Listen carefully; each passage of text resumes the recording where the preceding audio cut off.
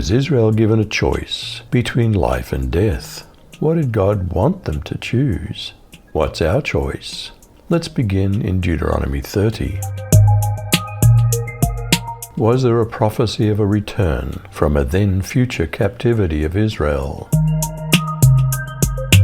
So it'll be, when all these things have come upon you, the blessing and the curse, which I've placed before you, and you call them to mind in all the nations where the Lord your God has scattered you, and you return to the Lord your God, and obey him with all your heart and soul, in accordance with everything that I'm commanding you today, you and your sons, then the Lord God will restore you from captivity, and have compassion on you, and will gather you again from all the peoples where the Lord your God has scattered you.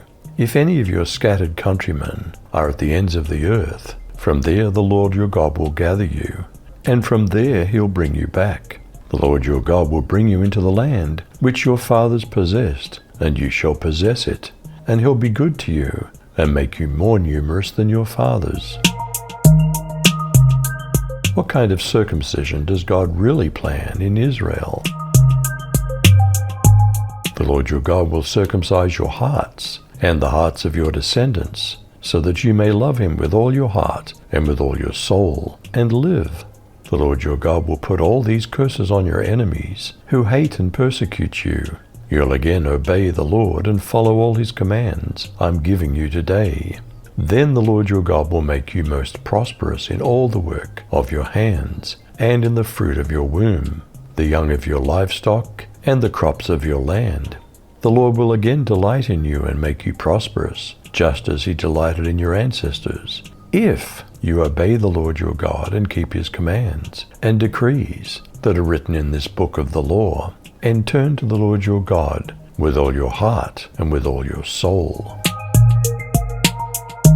Was God's commandment too mysterious or beyond their reach? For this commandment which I command you today is not too mysterious for you, nor is it far off.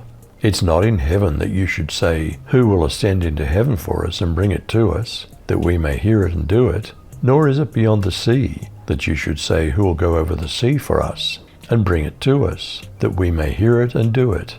But the word is very near you, in your mouth and in your heart, that you may do it. Was God giving them a choice between two alternatives? Now listen, today I'm giving you a choice between life and death, between prosperity and disaster. For I command you this day to love the Lord your God and to keep his commands, decrees, and regulations by walking in his ways. If you do this, you'll live and multiply, and the Lord your God will bless you, and the land you're about to enter and occupy. But if your heart turns away and you refuse to listen, and if you're drawn away to serve and worship other gods, then I warn you now that you'll certainly be destroyed. You'll not live a long, good life in the land you're crossing the Jordan to occupy. What was God's preference that they would choose, and why? I call heaven and earth to witness against you today that I've set before you life and death, the blessing and the curse.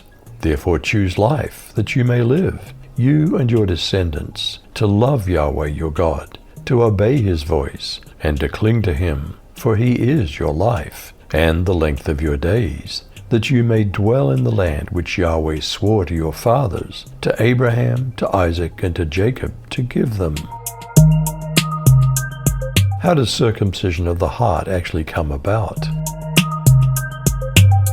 In him you were also circumcised with a circumcision not administered by human hands. The circumcision of Christ is realized in the stripping away of the whole self dominated by sin.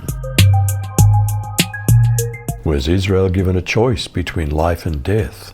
What did God want them to choose? What's our choice? You decide.